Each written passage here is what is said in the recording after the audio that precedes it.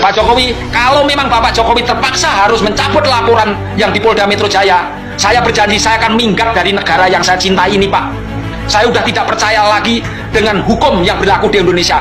Ada orang yang sudah dihina, ada orang yang sudah dicemarkan nama baik, tetapi malah mengalah. Saya tidak akan percaya itu. Bapak Jokowi, tolong jangan cabut laporan Bapak yang ada di Polda Metro Jaya. Ini saya kira mengejutkan ini ya, bahwa proses laporan Joko Widodo ke Polda Metro Jaya tempo hari dan dinyatakan bahwa laporan Jokowi ke Polda Metro Jaya itu gugur. Ternyata Allah membukakan mata, ini campur tangan Tuhan ini. Tiba-tiba KPU bisa menunjukkan. Itu ternyata menggetarkan institusi lain. Kenapa? Kami mendaftarkan perkara kepada Komisi Informasi Jawa Tengah. Ya, ternyata dia tanya, Pak Taufik itu benar. Lah kalau benar gimana? Benar Pak itu Pak? Iya benar-benar. Dia kaget. Padahal kami belum diperiksa, belum ada relas. Tahu-tahu dia mend-DM kami, itu benar. Artinya ini kulminasi, kalau aku tadi bilang, total football ini nanti digulung semua. Siapa yang digulung? Yang digulung pertama adalah tim ses yang mendaftarkan Pak Jokowi ke KPU. Dan yang kedua tentu Pak Jokowi itu sendiri, ketua atau sekjen Peradi Bersatu, ya Peradi Bersatu, itu orang pertama yang harus dijebloskan. Saya berikan satu fakta-fakta bahwa mereka sudah ngeper. Kemarin saya menerima WhatsApp, Pak Jokowi akan mencabut paduannya. Dan ancaman itu muncul di tengah-tengah kabar bahwa Joko Widodo itu akan mencabut laporannya ke Polda Metro Jaya terhadap Roy Suryo dan kawan-kawan. Ini juga rame ini kabar soal ini. Tapi sampai sekarang saya belum mendapatkan sumber resminya ini informasi ini, apakah dari Pak Jokowi langsung atau dari pengacaranya atau dari para relawannya. Kalau selama ini Pak Jokowi dan pendukungnya selalu mengatakan Pak Jokowi sudah menyerahkan ijazah, Pak Jokowi di wawancara bilang nanti ini akan makin banyak, korbannya makin banyak yang akan diperiksa. Sekarang ini berbalik arah. Kalau sepak bola, ini sepak bola Belanda, namanya total football. Kenapa? Karena isu utamanya tentang ijazah itu Allah tunjukkan sudah diposting sebelumnya, utamanya oleh Dian Sandi, pengurus Partai Solidaritas Indonesia, itu tanggal 1 April 2025 dan sudah ditonton pada saat itu 7,9 juta. Ternyata Allah membukakan mata, ini campur tangan Tuhan ini. Tiba-tiba KPU bisa menunjukkan. Itu ternyata menggetarkan institusi lain. Kenapa? Kami mendaftarkan perkara kepada Komisi Informasi Jawa Tengah, ya. Ternyata dia tanya, Pak Taufik itu benar. Lah kalau benar gimana? Benar Pak itu Pak? Iya benar-benar. Dia kaget. Padahal kami belum diperiksa, belum ada relas. Tahu-tahu dia mend-DM kami, itu benar. Artinya ini kulminasi, kalau aku tadi bilang, total football ini nanti digulung semua. Siapa yang digulung? Yang digulung pertama adalah tim ses yang mendaftarkan Pak Jokowi ke KPU. Dan yang kedua tentu Pak Jokowi itu sendiri. Kalau tim ses kita lihat apakah di situ ada Anggit. Anggit ini dulu mantan redaktur pelaksana Solo Pos. Ya apakah di situ ada Eko Sulistyo, mantan ketua KPUD Kota Surakarta, ya. Apakah di situ ada Pak Iman dan sebagainya? Ya, ini perlu dicek. Mau tidak mau akan menjadi bola salju yang menggelinding. Oke ya, dan ini menurut analisa saya, analisa politis dulu baru nanti bicara analisa hukum. Analisa politis saya ini tentunya kalau fair nanti dengan fakta-fakta ini kemudian menjadi bukti pidana, maka akan kena kepada semua orang. Nah, jadi kita menganalisa pada akhirnya apakah itu rektor UGM, apakah wakil rektor UGM, apakah itu dekan Fakultas Kehutanan UGM, dan terutama itu ketua atau sekjen Peradi Bersatu, ya Peradi Bersatu, itu orang pertama yang harus dijebloskan. Sama bukan bonus, plusnya satu, plusnya adalah Sylvester Matutina. Jebloskan lagi, karena dia dua pidana yang pertama belum selesai, napi. Yang kedua pidana baru yang mengatakan 99% Roy Suryo dan kawan-kawan masuk. Lalu yang kedua karena di situ sudah dipublikasikan dan sumbernya sama, berarti semua orang yang kemarin mengatakan bahwa ini benar, ini asli dan mengatakan Roy Suryo, Tifa dan Rismon itu sebagai menyebarkan kabar bohong, merubah data, saya meyakini hal inilah yang sekarang kita bicara dari aspek pidana, hal inilah yang mendasari kenapa Mabes Polri sejak 25 April ya sampai dengan hari ini tanggal 4 Oktober, jadi kalau saya menghitung 6 bulan, Mei, Juni, Juli, Agustus, September, Oktober, ternyata tidak berkelanjutan walaupun ditekan oleh Ketua Peradi Bersatu. Dari fakta-fakta ini, buat Termul dan siapapun yang bertanya, kenapa Rismon belum ditangkap, Roy belum ditangkap, Tifa belum ditangkap? Ya karena memang tidak polisi berhitung juga lawan mereka bukan orang yang cemen, ya, lawan mereka itu benar-benar alumni Bulak Sumur, Universitas Gadjah Mada, ya, dan yang pasti mereka mendasarkan pada bukti-bukti ilmiah yang bisa dipertanggungjawabkan, antara lain buku ini. Walaupun saya sering bully, wah jualan bukunya nggak laku, yang beli ini pasti orang pinter dan punya duit karena bukunya nggak murah. Kalau buku kamu kan dibagi-bagi gratis, ya, ini pasti yang beli ini pasti orang punya duit dan pinter. Jadi udah, kalau termul cebong kodok nggak mungkin mampu beli ini, ya kan? Nasi 10.000 mabuk aja dibela-belain sehat kok, ya. Oleh karenanya perkara ini harus berlanjut. Sekarang kepolisian hanya memiliki 2 opsi, dan ini saya berikan satu fakta-fakta bahwa mereka sudah ngeper. Kemarin saya menerima WhatsApp, kemungkinan Pak Jokowi akan mencabut P2-nya, atau kalau kita kutip pendapatnya salah satu ketua PSI, Bang Refli, siapa itu? Ahmad Ali, ya? Ya, Ahmad Ali kan mengatakan Pak Prabowo ini harusnya sudah mengambil alih ini. Ya, ini menunjukkan mereka dalam bahasa Betawi itu ngeper, ya. Dalam bahasa Betawi itu ngeper. Kalau bahasa Jawa itu ajur ajer, maju tatu, hancur. Ya. Dan ancaman itu muncul di tengah-tengah kabar bahwa Joko Widodo itu akan mencabut laporannya ke Polda Metro Jaya terhadap Roy Suryo dan kawan-kawan. Ini juga ramai ini kabar soal ini. Tapi sampai sekarang saya belum mendapatkan sumber resminya ini, informasi ini apakah dari Pak Jokowi langsung atau dari pengacaranya atau dari para relawannya.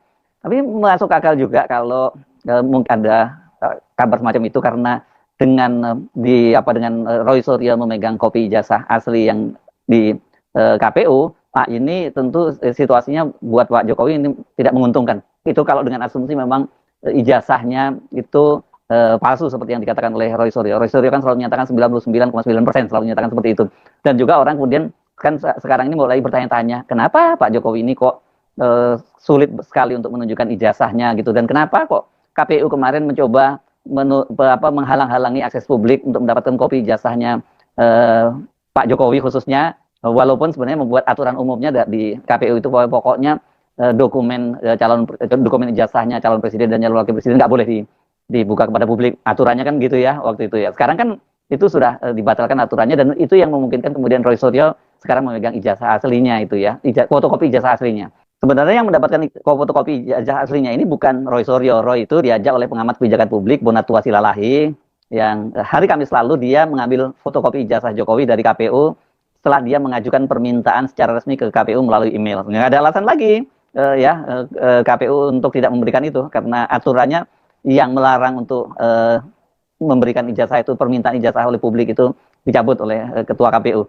Ya, ini ketua KPU kalau nggak cabut itu dan nggak memberikan, sekarang bakal digeruduk lagi nih, pastikan gitu ya.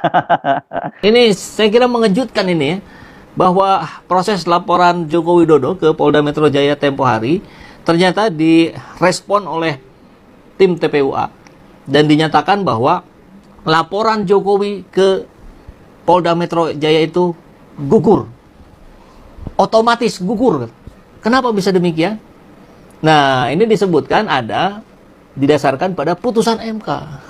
Ini, dalam amar putusannya, MK melarang lembaga pemerintah, sekelompok orang dengan identitas spesifik atau tertentu, institusi, korporasi, profesi, atau jabatan mengadukan laporan dugaan pencemaran nama baik. Jadi atas dasar inilah Pak Jokowi tidak boleh melaporkan. Kenapa? Karena sedang menjabat sebagai penasehat dan antara yang dipilih langsung oleh Pak Prabowo. Kabar yang sangat menarik dan sangat mengejutkan masyarakat tentunya jika di dalam video tadi benar. Apakah Pak Jokowi akan mencabut laporannya ke Polda Metro Jaya terkait dengan tuduhan ijazah palsu Pak Jokowi sendiri? Nah, mereka yang menuduh ijazah Pak Jokowi palsu saat ini sudah memegang atau mengantongi salinan ijazah asli Pak Jokowi atau fotokopinya dari KPU. KPU menyerahkan salinan ijazah kepada Pak Bonatua Silalahi ya. Itu termasuk timnya Roy Suryo CS. Nah, ini sangat menarik tentunya ya. Setelah mereka ini mengantongi ijazah salinan ya yang di KPU yang untuk mendaftarkan diri sebagai presiden, setelah nanti dianalisa ternyata ijazahnya ini palsu. Ini sangat menarik, banyak sekali orang yang akan terseret pidana yang melindungi yang mati-matian membela. Ini tentunya seperti di video tadi ya, Pak Taufik tadi mengatakan banyak orang yang akan terseret dalam kasus ini, termasuk Jokowi sendiri ya. Ini jadi pidana tentunya seperti itu ya kawan-kawan ya. Saya sendiri juga sangat berpikir ya, kenapa laporan Pak Jokowi ini kepada Roy Suryo ini ternyata kan sudah lama banget. Dari bulan apa ya, sudah ada beberapa bulan ini. Tapi kenapa status Roy Suryo dan kawan-kawan ini belum jadi tersangka ya? Menurut saya pribadi ada beberapa alasan polisi belum menetapkan Roy Suryo CS menjadi tersangka. Ini ada beberapa alasan, salah satunya yaitu polisi sangat hati-hati sekali menangani kasus ini. Karena mungkin kayak polisi juga atau penegak hukum ini tidak bodoh, ini orang-orang yang sangat cerdas ya.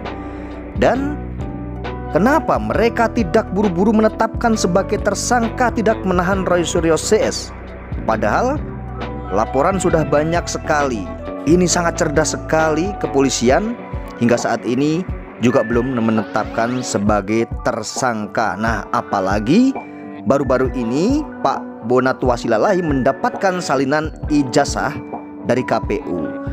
Nah, ternyata yang sangat menarik sekali ini ya, ijazah dari KPU, ijazah salinan Pak Jokowi tersebut ternyata mirip dengan yang diupload oleh anggota PSI Dian Sandi. Nah, hal ini dulu pernah dikatakan di beberapa media bahwa ijazah tersebut diduga palsu, dan Roy Suryo CS, Rismond Syahipar mengatakan meyakini bahwa ijazah tersebut palsu.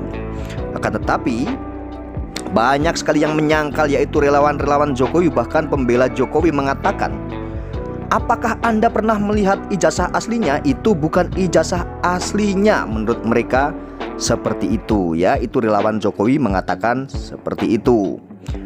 Mereka bilang juga, relawan Jokowi, saya sudah melihat ijazah asli Jokowi. Anda bisa mengatakan ijazah Jokowi itu palsu, kata relawannya seperti itu.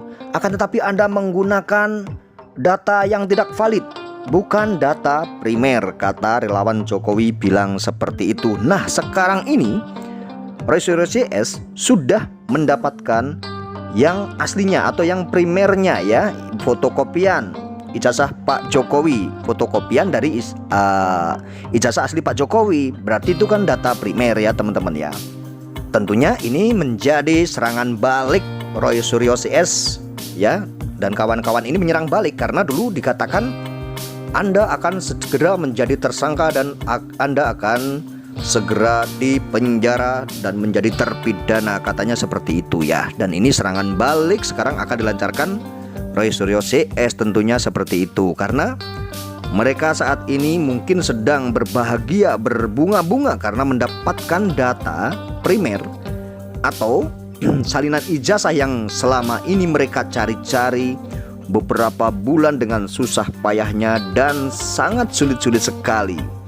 Ternyata akhirnya mereka sekarang mendapatkan ijazah yang mereka buru selama ini dengan kegigihan Pak Bonatua Silalahi ini yang benar-benar luar biasa.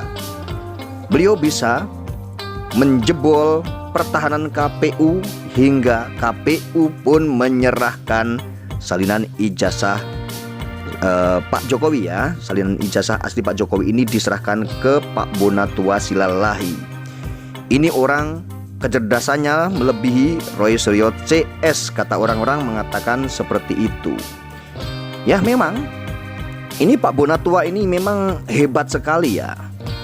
Orang lain beberapa bulan mengejar mencari ijazah Pak Jokowi, memburu ijazah Pak Jokowi, itu pun tidak pernah berhasil.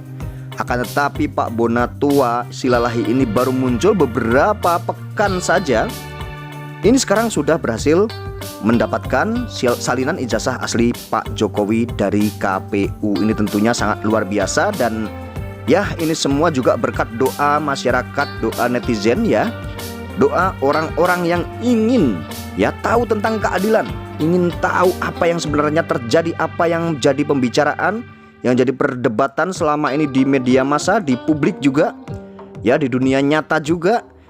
Itu selalu menjadi perdebatan tentang ijazah Pak Jokowi yang diduga palsu. Ada yang menuduh palsu, ada juga yang mungkin pembela Pak Jokowi tentunya tidak mungkin akan menuduh bahwa ijazah Pak Jokowi itu palsu. Akan tetapi sebaliknya, jika orang yang kontra terhadap Pak Jokowi, dan mungkin karena kita semua ini kan menggunakan logika, berpikir kita ini menggunakan logika, ini yang sangat mudah sekali, ini logika ya. Jika seseorang tidak berani menunjukkan sesuatu yang dicurigai oleh orang lain, dan hal tersebut padahal bukan aib, misalnya seperti ijazah tersebut, kenapa tidak berani menunjukkan padahal itu merupakan suatu kebanggaan? Nah, itu orang akan mengasumsikan bahwa orang tersebut ketakutan karena mempunyai barang yang tidak asli atau barang yang palsu. Tentunya seperti itu ya teman-teman ya.